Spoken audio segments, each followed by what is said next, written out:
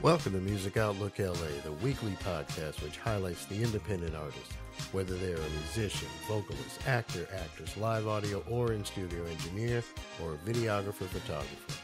I'm your host, Will Kinsey. Each episode, we'll look at the gigs of the independent artist, from the venues we play to how we set up and break down, the gear we use and why we use it, and the info we hope you'll find useful as we all make our way in the entertainment industry. Music Outlook LA is brought to you by Kinsey Entertainment, LLC. Go to kim-zentertainment.com to find out what they're doing for the independent artists. Kinsey Entertainment, LLC. Independent entertainment done independently.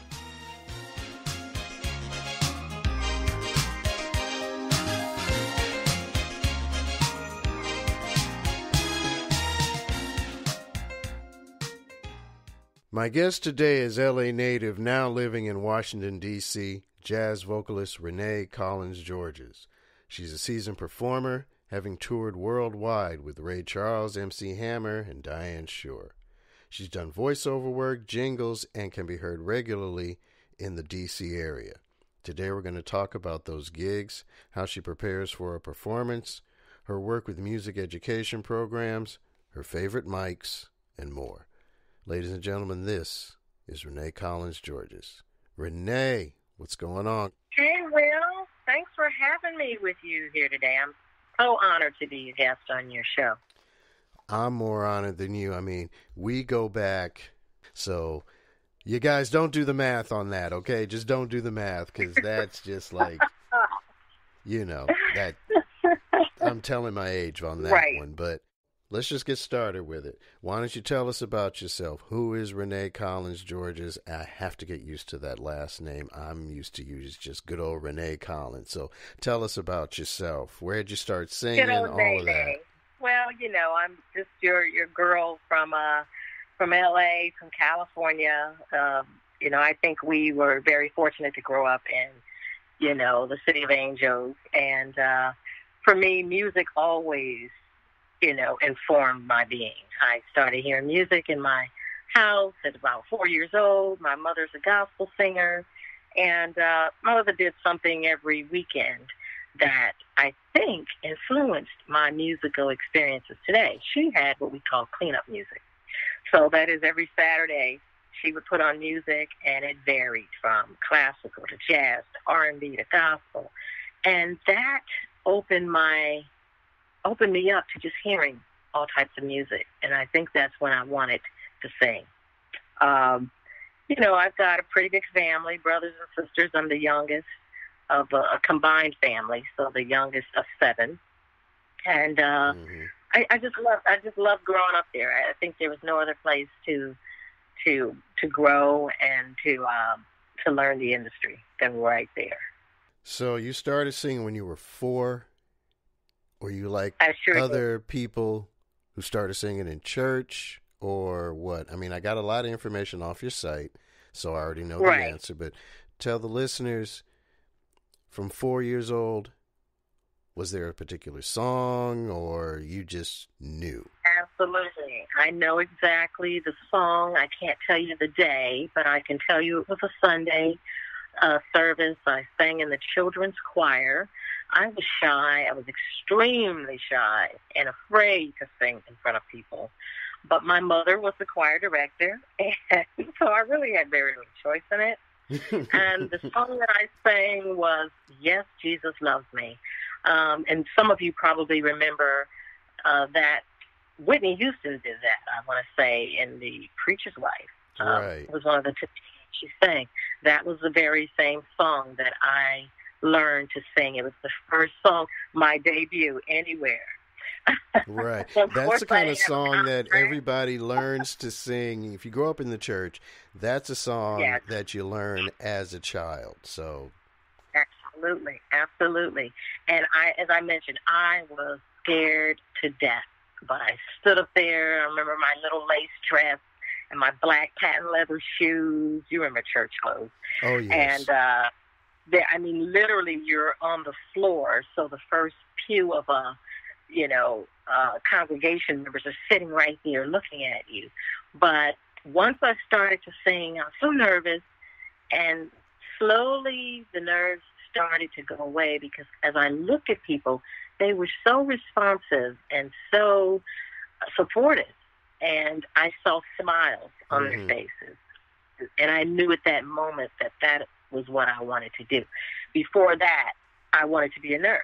So I've always sort of had this feeling of wanting to help or heal or bring joy to people, and music became my medicine, my way to do it. So, hey, let's just switch reels real quick.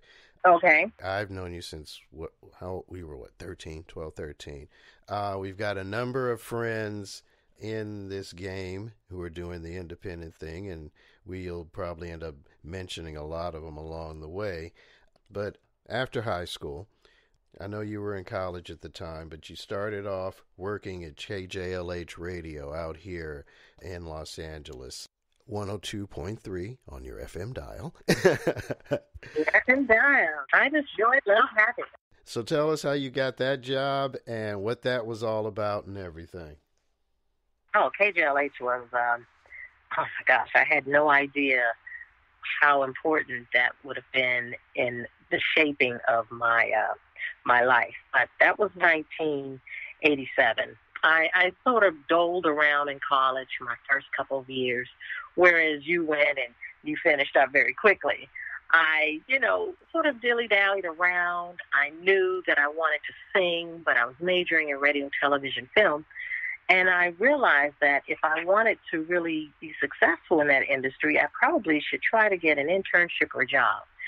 So I put together my resume, and I just applied. I didn't even know if they were looking for anybody, but I called and asked for their address and whom to send my resume to, sent it out, got a call, got an interview, and before I knew it, I was offered a job to work as a sales assistant. Of course, I didn't want to miss the opportunity, so I took it. Right. And I shifted my daytime schedule to evening, and I became a night student. Okay. All my friends thought I was crazy. Were you at the offices on Crenshaw? Yes, I was. Crenshaw, right nearby Angela's funeral home. The funeral home is still there. KJLH is no longer there. They are now in Inglewood, as you know. Yeah. But I worked there from 87 to 91, and I started out for 2 years. I worked as a sales assistant to 7 remarkable people. Many of them, I think, have retired from there now, but many were there up until about 10 years ago. It was truly a family. And after 2 years, I transitioned from sales because I was very ambitious, and I wanted to be involved more in the radio and production side. So they hired a new programming director, and I put in my bid to work for her as a programming assistant. And they gave me the job, and that's what I did for the latter part of that 4 years at KJLH. And that job, I was able to do voiceover work with Mike Mann, who was the producer at the time, and Jeff Gill. And I just loved it. I just absolutely loved it. I learned, the jocks, what goes on inside the studio, the equipment, how to program, how to put together the playlist. And as well, I used the skills from sales so I could understand ratings and Arbitron and all of those things at that time. But it was just a great time to do it. While in that position, I got a chance to meet Stevie Wonder, who I'm sure many of your listeners know is the owner of KJLH, one of few minority owners at the time. And Stevie's, I guess you could say, ownership of KJLH and being that involved in community, as well as a musician, just spoke to me. And I said, I want to do that. I want to do it on that level. And that's how it started. So when you were working with Stevie, what advice did he give you, if any? And do you still use that today? He gave the best advice, but he was the biggest prankster, too. So he would come and play jokes on us. But the best advice he gave me was, if you want to do something, just do it. And he said, I can hear, the passion in you. I know that this is something you love. Don't let anything hold you back. Go do it. Just do it. And I looked at him. He was so knowledgeable, as you know. He was into electronic, media, and he used all of the equipment. And he said, learn as much as you can. Right. So that you can use it, out there. And that's how it started. Of course, I said, well, okay, I want to do it. So when are you going on tour again? And he laughed. And I said, I'm serious. I want to sing backup for you. That was a dream that never happened, but I was glad I was in a position to be able to speak directly to him and inquire about it. So with that advice that he gave of just doing it, that'll lead me to the next one, because you did get an opportunity to work with another equally as famous musician, the great Ray Charles. Yeah. Tell us what it was like working with the great Ray Charles. Oh, wow. Working with Brother Ray. I always tell people, next to training from my mother, Ray Charles was the best teacher I've had in this industry. He was just, he was a perfectionist as a musician, but he literally lived the music. I've never seen anyone who lived and breathed it the way that he did. He required just great commitment from himself, and he wanted the same thing from his band and his singers. He had a vision, and he had lived that vision for more than 40 years by the time I was in the band. So he had a 50-year career. I just learned from him consistency. That's the key thing, consistency in the business. I heard that. Don't worry, we don't do embarrassing stories here on Music Outlook L.A. I won't ask you if there were any pranks played or anything, and you just can't. You can't do that. You can't do that. You can't do that. No, we just won't do that. So on that subject, where have you performed with him? And you were at, what did he call his singers? Raylettes, I believe. The Raylettes. And I can tell you that little joke about the Raylettes.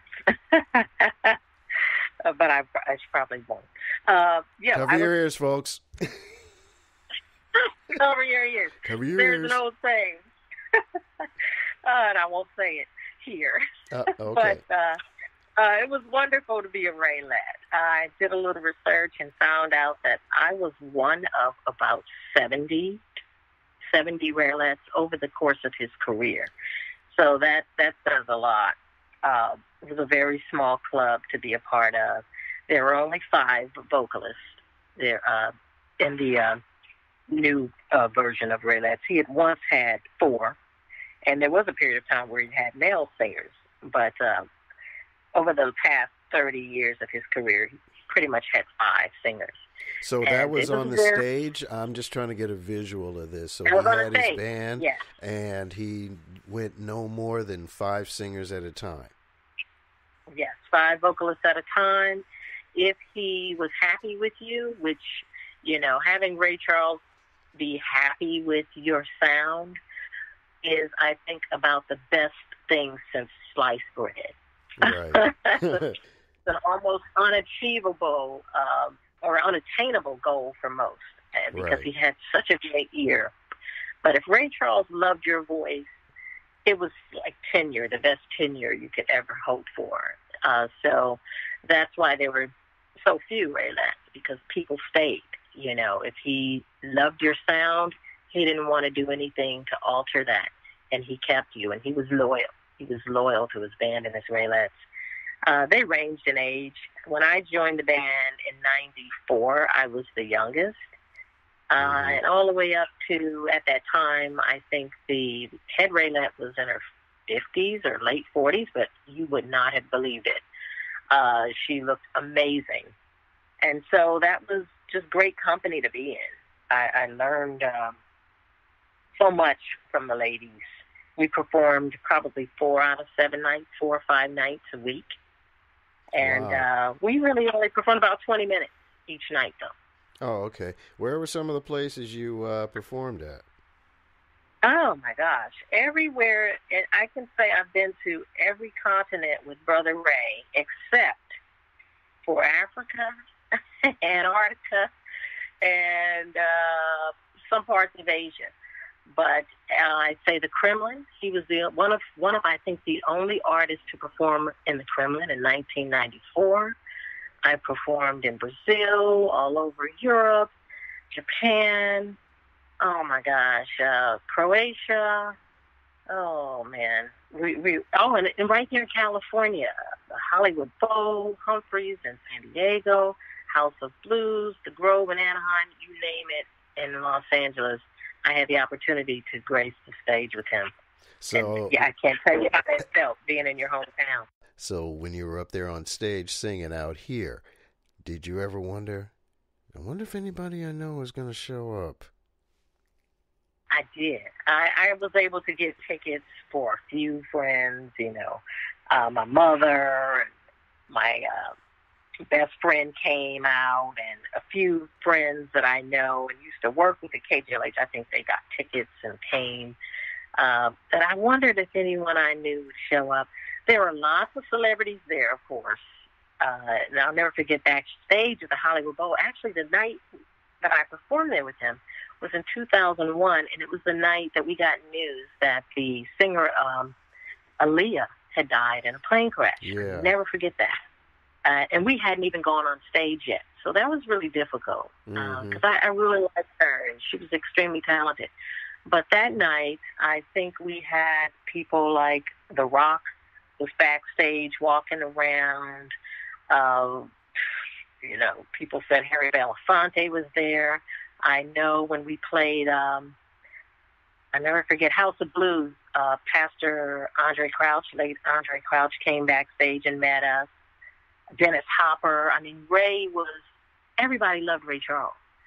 And you would see people like that, from Cicely Tyson, who is a dear friend of his, to Andre Crouch, to you name it. There were presidents in some locations. We played New York one time, and Bill Clinton was there. And you just never knew who was going to show up. He had a house up in the neighborhood where I grew up. That's right. It was not a big deal to see someone, an A-lister, if you will, rolling up through View Park. That was just like, there's go. Oh, this is. It's like, they're probably either going to Ray's or to Tina's or to Norm Nixon and Debbie Allen's house or something. So down the street to Coop. That's right. That's just what it was. So that was just the way it was for us growing up. You'd see them all the time. It's like, oh, major star sighting. Yeah, they're people with a great job. That's really all it is. That's right. They're just regular people with a cool job. That's a great job. It. Yep. Talk about some of the places you perform with. What other gigs have you done over the years? Ray passed away. There were a couple of years where I was not singing, and I really know now that I went through my period of mourning. I was just, at all. I felt that the world had really lost great music, and it took me a little while to kind of get my footing again. But after that, I started just going around D.C. D.C. has an area that's known for great music called U Street Northwest, not far from Howard University and the Lincoln Theater. And they had a wonderful club for several years called Bohemian Caverns, and that was where everyone played. So I, walked around, literally walked the pavement and went out to hear other people and asked to meet the manager or the entertainment director and told them who I was and said, I want to book a night here. You really have to be that convicted, that confident. You have to know that they need you in their space. You have to be confident. And they're like, cool, who are you? I'm like, well, I'm from Los Angeles, and I sing, and I should be in here. And they're like, okay, well, send me something or give me a link to a website, and we'll put you down. We'll put you on a night. And then begins the journey of booking, or the production part, booking your band and getting your set list together. So I started to walk around U Street, and I performed at places like Bohemian Caverns, There's a wonderful venue called JoJo Restaurant and Bar. There's Mr. Henry's that has been around for 50 years, and that's in Capitol Hill. And I love working there because that's also the place where Roberta Flack cut her teeth. So that's her house. It was like the house that Roberta Flack built while she was working as a teacher during the day. She was gigging every night at Mr. Henry's. So I frequent there. I work there often. I do corporate events. I do events for private parties. But I work in Baltimore quite a bit. Right. Baltimore and Annapolis. Just a hop, skip, and a jump. Yeah, so I started out by doing that. You know, I didn't have an agent or a manager, and I said, people aren't just going to knock on your door and call you and say, come work here. You've got to make that happen. You know, you have to set the wheels in motion. So I started doing that. I knew what to do from all the years working at KJLH and from working with Ray Charles. I understood routing and touring and how you get your contracts going, and you when you need to book for, say, summer festivals and fall events. So I just started doing it. I just sat down with my calendar and started booking myself. Right. Yeah. Because, I mean, if we're doing this thing independently, we do a lot of our own work. We walk the pavement. We go to the clubs. We talk to the venue owners, the club owners. We talk to whoever they assign to talk to, their A&R, their PR people, and all of that. We do our own networking and everything. And I'm glad you mentioned that, because that's the next question I wanted to talk about. So obviously, you do your own networking. You've acted as your own agent, and you set up your own gigs. So what is that process like for you? That process it's not that hard. I feel that I know it kind of intrinsically because I've been around it. What's difficult is just the time management part, being able to do all of your phone calls and your follow-up. And you mentioned, to go back to some of the places I worked besides Ray Charles, one of the first things that I did when I started booking myself, I attended a webinar with some local artists who are doing great things in the country. And one of them was a business of music webinar. And he asked a key question: what do you all want to do? Do you want to work locally, regionally, or nationally? And when you answer that question, then you need to work your plan in that way. So I knew that I wanted to work internationally, since I had done that with MC Hammer and Ray. Right. So I started looking for opportunities outside of the U.S.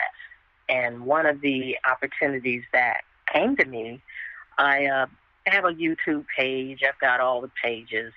The problem as an indie artist is managing all of that media. So to answer your question about what's that process like, it's difficult trying to manage and update all of your media. But what I was able to do was post a few things that got into the hands of someone who was on Facebook and Instagram, and he saw my work and offered me a job to work with him to do a Ray Charles tribute in Slovenia. Okay. Slovenia is, I think, between Austria and Hungary. It's a long way away, folks. Mm-hmm. And I said, I'd love to do that. I'd love to do it. And that was probably 2012. And he said, okay, well, I'm going to have my manager, and I'm going to send your materials to him, a link, and I'll have him get in touch with you. And the one thing I've always done is tell myself, when I speak with people and they tell you, oh, I'm going to call you and we're going to set that up, you have to smile and shake hands and say, yes, looking forward to hearing from you. But in your mind, you should always be thinking next. Because if you wait, if you hinge your career on everyone's I'm going to, we might, we shall, you're going to stand still. Yeah, so you're never while going I'm to get listening anywhere. to them, I don't let it take up space in my brain. I keep moving. About 6 months later, I do get an email from his manager, and he says, oh, we're very interested in having you come out. We're doing a Ray Charles tribute show at a 3,000-seater outdoor venue. Our guy is like a huge star here in in Slovenia, and he does Ray Charles music, and we'd love to have you come and sing, and we'll send you contracts and everything else. And I said, great, would love to do that. Let me know what you need. And once again, I said, if I hear back from these folks, great. If not, I'm moving on. I did hear back from them, and then I started the process of putting my contract together to do this job. Right. And within 2 years, I traveled there and performed with him. And it was just the most surreal moment, because it went from conversations with someone that I met through social media to it being a reality. Yeah. So was it a large big band setting? Was it a small 5-6-piece band? How many members total, counting yourself?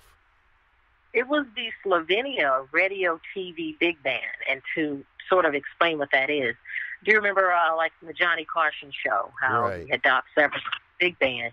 The Radio TV Big Band in Slovenia plays for like the Johnny Carsons in their country. Mm-hmm. So it was a concert where they commissioned the big band from the TV station to do the concert, and it was wonderful. I went for 5 days, and day one was just showing me around, getting me sorted. Day 2, we did a rehearsal and sound check. Same thing on day 3. Day 4 was the concert, and day 5 I flew home. And that was interesting to do. I was working with a big band where no one, except the conductor really, and the artist that brought me, who's a pianist, spoke English very well. But as you know, Will, it's not difficult to communicate what you need musically if you know your music. Exactly. Music is the universal language. Yes. And they were on top of it. I mean, I literally sent them the music, and when I flew there and got to the first rehearsal, they brought me up. The conductor asked me what tempo I wanted for it. I gave it to him. They counted it off. I went right in. I literally ran that song one time. What was the song? They were perfect. The song was surprisingly Beatles by Diane Shuur. And Beatles is her nickname. So they had asked me to bring a tune that I could do. They wanted Beatles. So I learned that and got an arrangement from a friend here who has a Frank Foster arrangement, big band. So he gave that to me. And that's another thing, as you know, getting music, especially for 17 pieces. And to have someone say, sure, I'll send you, my package of that tune. A friend from Illinois actually sent it to me. Right. And I was able to forward it to them for use, and then they made sure that they had permissions to do it.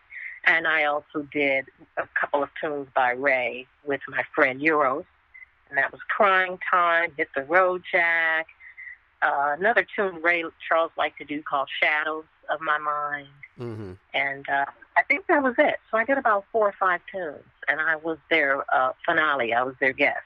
All right. The featured guest. It was an awesome time.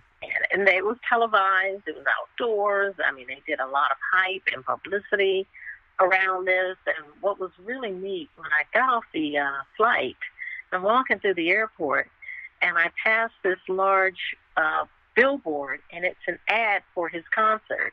And there I was, my name, and I said, wow, it's, on a billboard in another country. I'm on my way to another venue, and it's not here in the States. So that was a wonderful experience, and I felt proud of myself that I helped to engineer the entire thing. So I had to write my own contract and negotiate my fees and my hotel stay, and there's so much involved in it. You've got to know what you want, as far as number of songs that you'll do, how many days you'll travel, how many nights of hotel. Every little detail you have to pay attention to when you are managing yourself.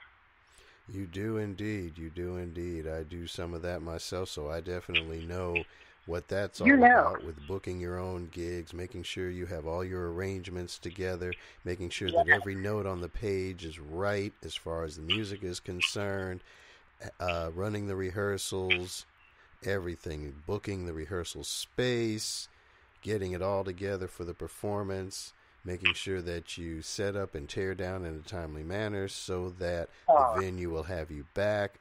It's just a whole big thing. You'd mentioned Diane Shuur, and I mentioned that earlier in the introduction. So when you did the Diane Shuur song, was that before you worked with her, after you worked with her? Yes, it was. What was the time frame on that? Was before. That would have been 2 years prior. So I traveled to Slovenia in August of 2014, and I had an opportunity once again to contract myself through a member of the Lincoln Center Jazz Orchestra who had been hired to be music director for a show at the Rose Theater, Lincoln Center, with Diane Shuur. So it was a tribute to Ray, another tribute to Ray Charles show. And Kenny Rampton, I'll go ahead and mention him, a wonderful trumpeter and a former member of the Ray Charles Band who plays in the Lincoln Center Jazz Orchestra, was commissioned to do this. And they said, we want you to do this show. We want to bring in Diane Shuur because she was a close personal friend of Ray Charles's. And she would, they pegged her to do it. And they said, who do you want? We want to bring back Ray Charles band members. We don't want it to be a Lincoln Center Jazz Orchestra production because we want it to be an authentic tribute to Ray. So Kenny called right away. He said, I need Raelettes, and one of the Raelettes, who was my roommate at the time when I joined the band, also lives in New York City and still sings. And he said, who do you want? And she said, well, I want Nene. That's my nickname. And he said, we need one other Raelette.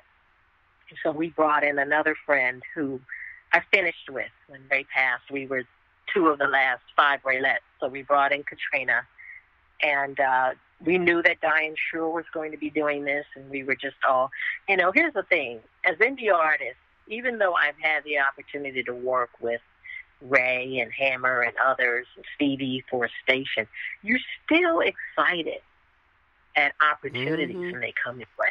Yes, and we were just on the phone, just like, oh my gosh, we're going to meet Diane Shuur, we're going to meet Beatles. Then we'd met her before. She performed Northern California, I want to say Sacramento. We did a festival in 2001. She was also on that show, so we got a chance to go to her trailer and say hello, but this was different. We were going to be singing. We were going to be working as former Raelettes, backing her. And so Kenny called a year in advance and said, this is what we're doing in May of 2016, and I want to have you out and 2 other Raelettes, and I'll have our business office call you. They'll send you contracts.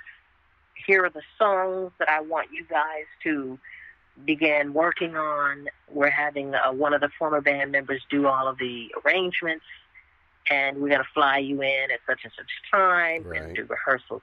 We had 2 days of rehearsals. Day 1 was just with the band, and some members of the Lincoln Center Jazz Orchestra played in this concert. It was a big band event. And the second day, Diane Shuur flew in and came in for rehearsals.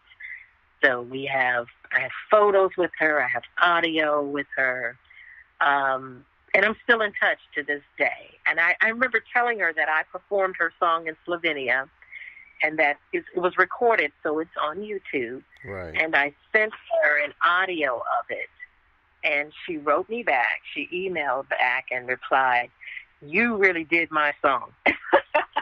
Well, that's cool. A lot coming from her. That's cool. A lot coming from her. Whenever you're doing the work of somebody else and that somebody else is still living and you get positive feedback from that artist, it's definitely something that there's no words that can describe it. You're just like, oh, snap. That's beyond cool. It's not an easy song to sing. Beatles Blues is, quite complicated in my opinion, and it was in the key of F, and I'm a lazy soprano, so No, you're not. I've been on stage with you. You are not a lazy soprano, please. I mean, that song made me work. We can go back a little bit because when we did do and we were only on stage together at a house party that we had. My family members, my sisters and I were graduating all at the same time, and I was commissioned by my mother to put a band together, and the band at the time consisted of my brother-in-law playing bass keyboard. I was main keyboardist. I think the drummer was Vinny DeMaio. I can't remember. I know Vinny was in the band. I'm just like, okay, we had a guitarist, and Aaron did the bass on keyboards. But there were two singers, you and I'm going to track him down. So if you're listening, I'm going to say the name because, yes, you can say names on this show. David Whitworth, Tigger. Tigger is now singing with Earth, Wind, and Fire. And Tigger was up there singing with us. He went to Berkeley with me and everything. That was fun. So, no, you are not a lazy soprano because the songs we did, you killed it. And I still have some of those arrangements. I forgot what songs you asked me to sing. Do you remember what songs I sang? I know we covered Cameo Word Up. Yes, that's my song. But do you remember which female vocalist you asked me to sing? Yeah, Patrice Rushen, Watch Out. There was another. Do you remember the other female vocalist? Oh, see, I'd have to go dig in the music because I was about to say that I can tell still have. Oh, no, you can. I still have some of those arrangements that I use for my band now. Still. Well, you know, I'm mentioning that because that artist, her music challenges me to this day. I love her to death, and that is the incomparable Mashaka Khan. And I remember we did "Ain't Nobody." And that song I love Ain't Nobody. Why couldn't I think of that? That's the song that my band we do. I do an instrumental version of that with Les Musique. Yes, I know you do. And yes, so it goes back that far. I remember Ain't Nobody. I was so scared to sing that song. I remember telling myself, I know Shaka Khan, but I said, you just got to do you. Just do you. And you guys were so funky. You know, I still remember that concert.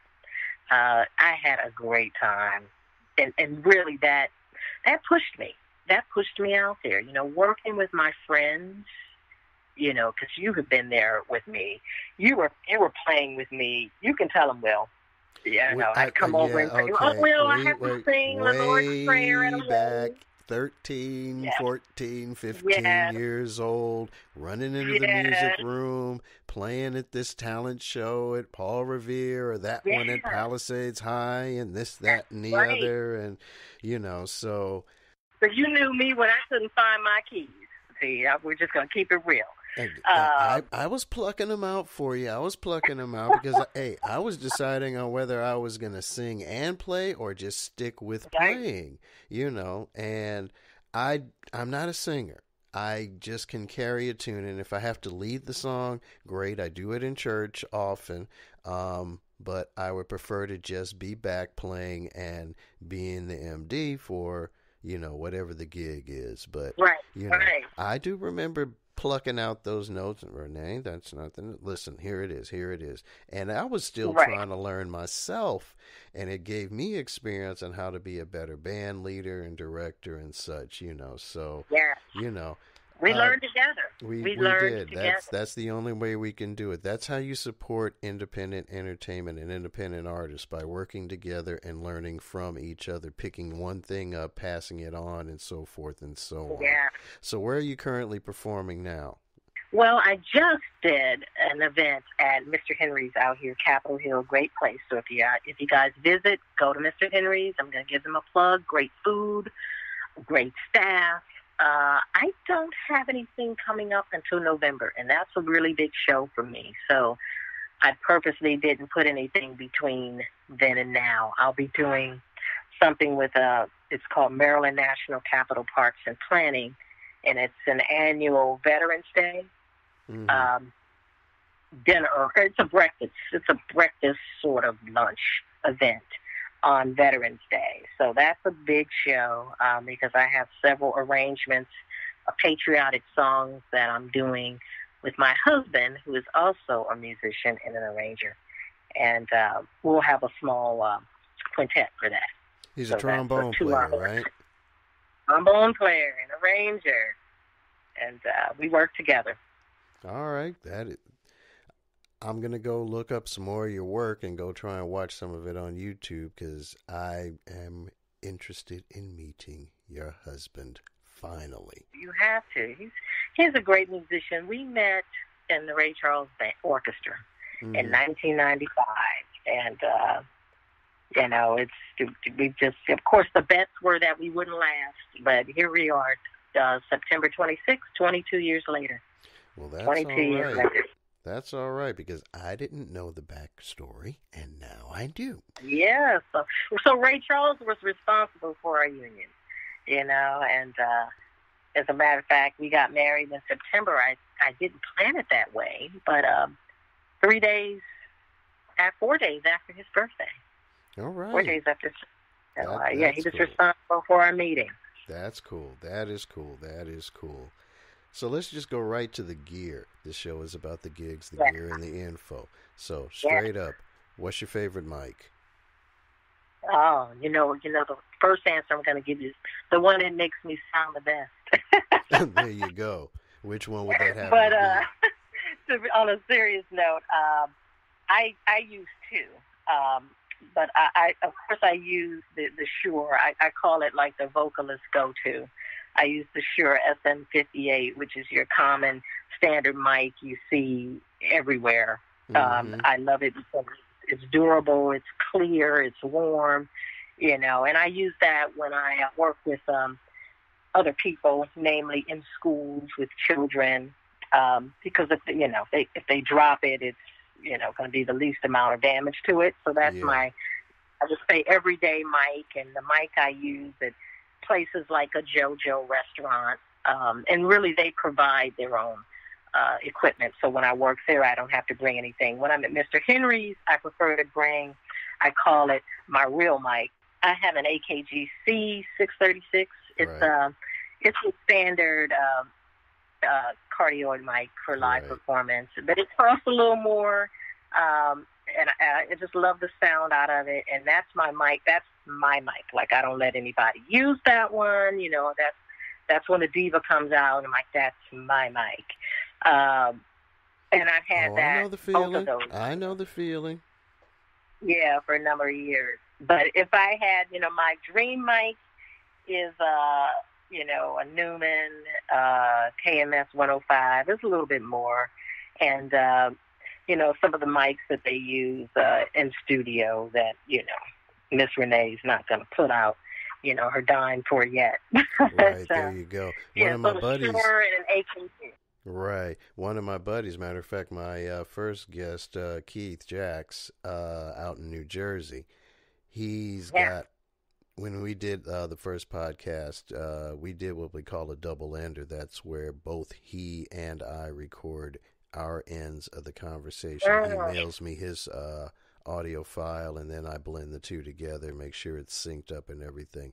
And he was using a Neumann at the time, so I was like, dude, how much did that set you back for?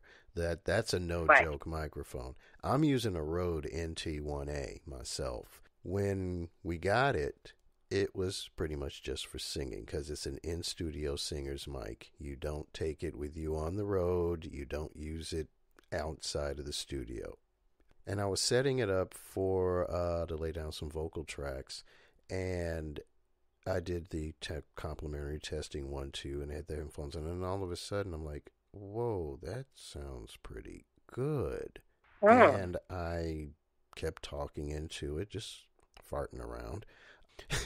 And, I just was like, this sounds pretty good. And my mic that I use when I'm out and, I don't use, when I'm not singing, I just use it to announce the next song or whatever, to talk to the audience, is a generic Samson Q4.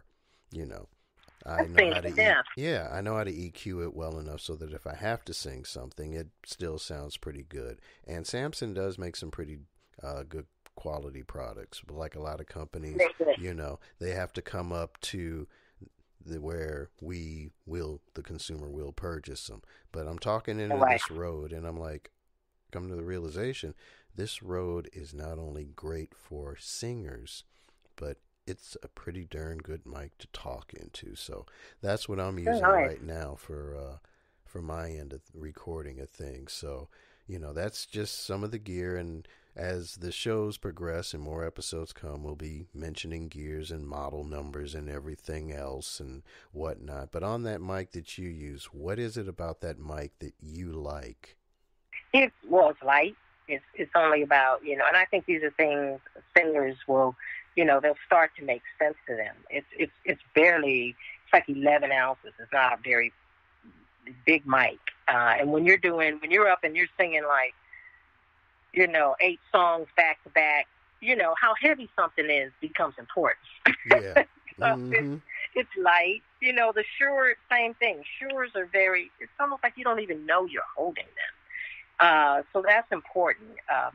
The size of it, how it feels for me, how it sounds for me, because I'm a very soft-spoken vocalist. I'm not a belter. I can, and I do, but I like the sound I like a mic that converts, a transducer that makes me sound like me. I don't like it to come through altered in any way. Right. I like for the audience to really hear my voice as if I'm sitting right next to them, talking to them. And it just has a warmth to it that I like, and it gives you wide frequency, if that matters to people. I tend to get into that stuff. I think that's like the most sexy thing, equipment.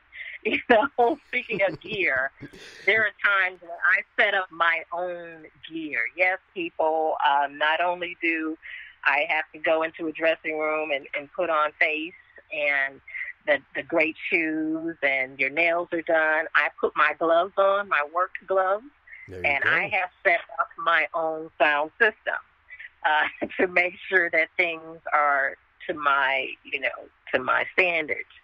So, you have to be able to do that as well. And one of the things I learned from being on the road, I didn't have to do it when I was with Ray Charles, but a lot of time I would hang around our stage crew as they were setting up so that I could see how it's done, and talk to them and find out, well, why are you using that? And why don't you use this? And, how are you going to be able to make sure that, all 5 voices are heard clearly and with Ray and, the band, and we're not just one big, we're not all bleeding just noise. Yeah. So I paid attention. I was so interested in that. So while sometimes the other ladies would say, oh, we're going to check into the hotel, we're going to go and down to the bar and have a drink, I'm like, I'm going to go, since the venue's right next door, I'm going over there and I'm going to watch it set up. Because I knew that that's something I'd want to do after my days with Ray Charles were over. I'd want my own show, and I'd need to know some things.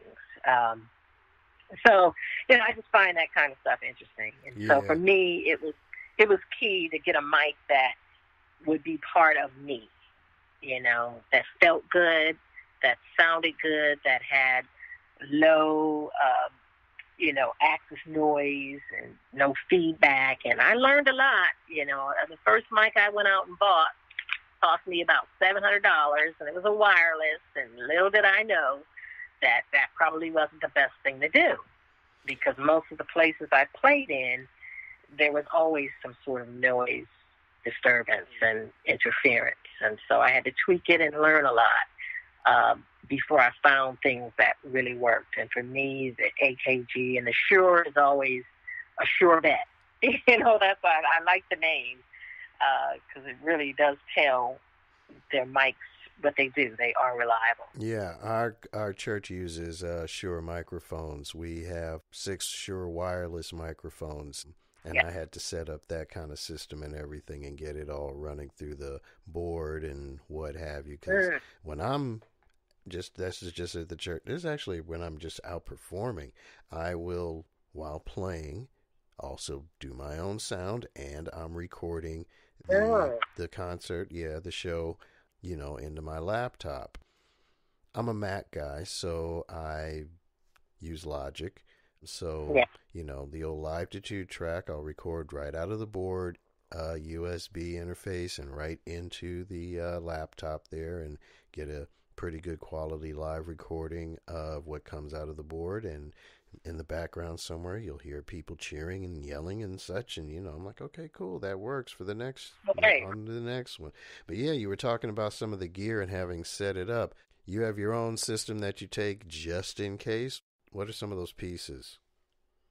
I do, and it can be a little heavy, but I have one of those Fender systems, PA systems that's, it's pretty much all inclusive. It's got the head and the speakers, stands, but I have a hand truck or a cart for that, and usually I'll hire someone, a student, and I'll pay them to set up. If I feel like I don't want to do that, I just hire someone who comes and does it. And I have a few friends that are musicians here. One friend in particular, he's a rock drummer.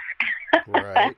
He plays a lot of rock and roll bands here in the area. And occasionally, because he has a bigger system, he has a Yamaha, with the big, I guess you could call them Guns N' Roses speakers and, everything. And sometimes, we sort of barter and trade. As a favor, he'll say, hey, I'll come and set up for this fee, which is like nothing. People, that's another thing. Sound engineers cost a lot of money, but they're worth it. If you want a poor show, go give them a little bit of money. If you want a great show, spend the money for a good sound man or woman. So he'll come for me, and he knows it, and he sets it up. He gets there when I ask him to, and he breaks down when he needs to, and we're good to go. And I, cash app him the money for doing it. Or a lot of times he'll say, hey, listen, I've got this event I'm doing. I need a vocalist for like one set. Would you be willing to come and do it? And I'll do it. So, we work together either by compensation to each other for work or barter and trade. All right. We're getting kind of close toward the end, but I'm going to try and get real quick through some of this stuff. Yeah. You had mentioned making sure that you're going through contracts and everything. Just touch on it real quick, because that, I think, is one thing that many independent artists, we forget to take care of. We don't take care of the legal obligations. Yeah. What when you're hiring a band, for example, what contracts do you have them sign, go through, go over, or whatever? I have a 2-page music contract that I created using some legalese that I've seen in other contracts that have been given to me as an artist, and I present that to band members when I hire them. So it basically has the date, the event, how much time they're contracted for, number of sets, how many breaks will be given, inclement weather, what happens in the event of cancellation, how they'll be paid, when they'll be paid. And now I've gone to adding, I request their tax ID number. That's a sensitive thing. I'm very sensitive about it myself. Yeah. But I think it's important now because we have to, and people, you've got to do your homework and you've got to learn the tax laws. You have to, if you're employing anybody that makes more than $600 a year with you, you have to report it. Otherwise, if it's $5.99 and down, you don't have to. But if you're the head of the organization, you've got to do it in your tax ID number. You've got to make sure that the taxes are taken care of on that end. And it has to be reported. People don't like it, but that's fine. If they elect not to do it, then that's I let it go. But most of the artists I've worked with for years, and they know I have their information, and it's not shared, and I use it. I give it to my CPA, and it's done every year. And so contracts are key. Copywriting, of course, as you know, is key. And licensing and obtaining permissions to use work of other artists. Many of the guys that I work with write their own music. So occasionally we'll discuss whether or not we can, perform their works and other people's works. It's just, I've been writing more. I've been writing more of my own originals, but I've done a number of arrangements of standards.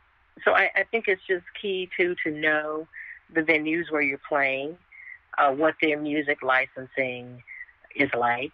Do they have they secured that? So that exactly. When you're in there performing, you're right. You don't want anybody walking up to you from BMI, and asking for, your permissions to cover all these tunes. Exactly. Folks, you want to take care of your legal obligations. Yes. Here's the safest thing you could do. If you want somebody to hear your stuff, get it copywritten first. Copyright.gov. Absolutely. That is the place you go to. Have it legally protected. It doesn't matter what it is. Get a copyright for your work. That way, that's one thing that will help protect you. Make sure that the venue you're performing at, that they have taken care of their obligation by obtaining the license for you to do covers. That is key. Taxes, take care of those things. Make sure those is it 9s, 2s? Yeah, 9s. I get all those and numbers. And 4s in some cases. Yes, 2s, 4s, 6s, and 8s. Get all your W's. Get them all lined up. Get them all lined up. Take care of all of that. You give back to the community, and you've got this organization of yours called the Kids Music Club, MUSIQ. That's right. Tell us about that. Kids Music Club is kids, music, and when you put it together with education, you come out with jazzing up learning. Ray Charles was, I guess you could say, the inspiration for that organization. I started it in 2009. I founded it. My husband's family affair. My husband helped by working as my music writer and arranger. My son and 7 other children at the time recorded the backup for me. I wrote all of the songs, and I brought in professional jazz musicians from the D.C. area to record it at Duke Ellington School of the Arts. So it's a way to keep our children, to introduce them and to reinforce jazz. We've got to continue a music appreciation for jazz. It's our music. And it's dying. It's being lost to us. So we have to continue to give it to our generations, the same way my mother gave me gospel music, and her mother before her gave it to her. And that's why I know about it. So if we don't continue to share jazz with our children, they won't become the supporters and the consumers of it in the future. And I think Ray Charles's legacy was so great. I do not want to see it die. So I started Kids Music Club. And the Q in music, the kids always say you spelled it wrong. I love that they noticed that.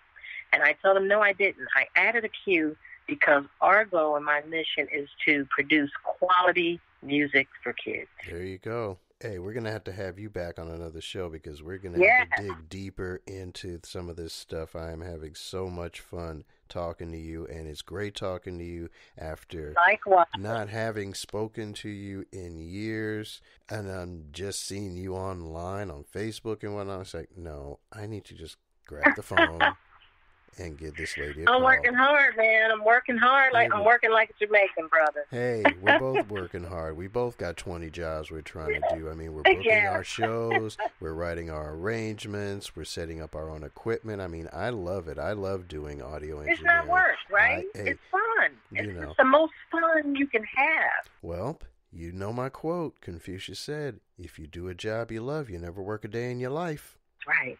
That's what I put. Right. That quote shows up, and yes, I paraphrased that quote, but, I put that in the show notes.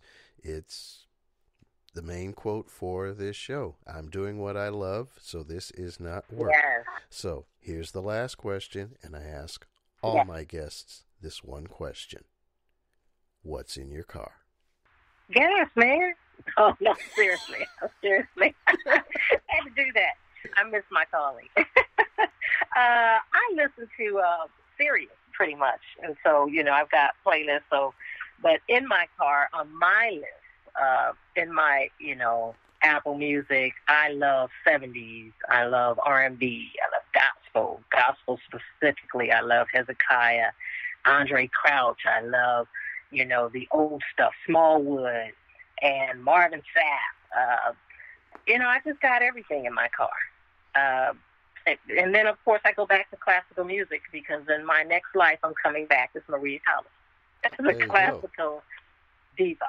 I want to sing opera. So, yeah, that's just it right there. So, folks, that's Renée Collins Georges. To me, she's just good old Renée Collins. This is Music Outlook L.A., episode 3. Yay! Thank you for being a part of the show. Oh, you're welcome.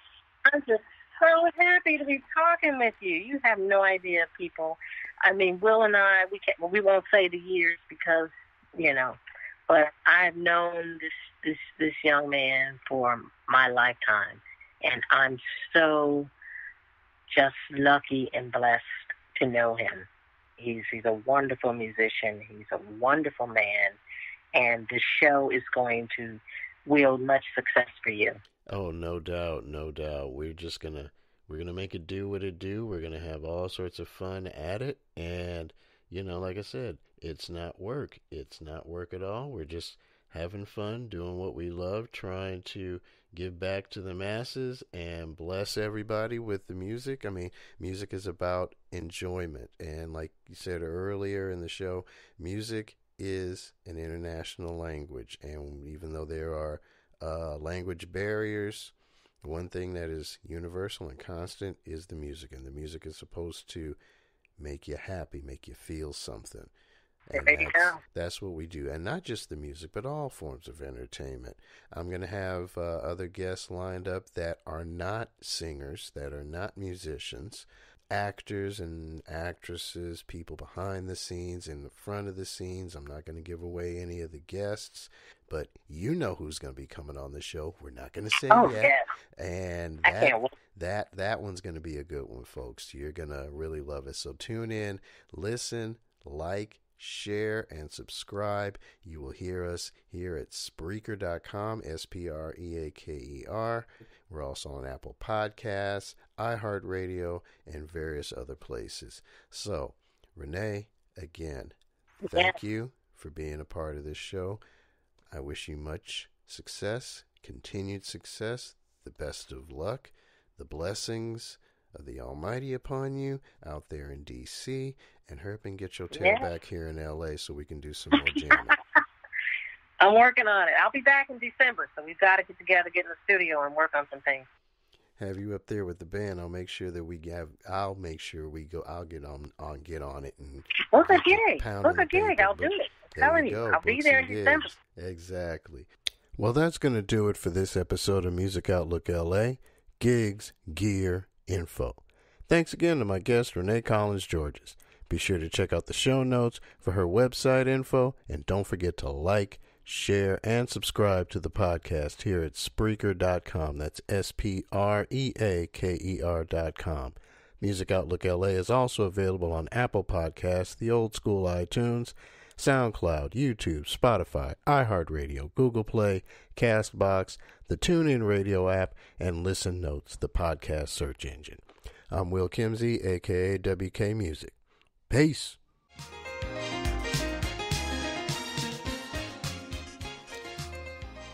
This podcast is both brought to you and produced by Kimsey Entertainment, LLC. Music Outlook LA is a copyrighted broadcast of Kimsey Entertainment, LLC. The views and opinions expressed on this show are not necessarily those of Will Kimsey or Kimsey Entertainment, LLC. Any rebroadcast, reproduction, or any other use of this product without the express written consent of Kimsey Entertainment, LLC is strictly prohibited.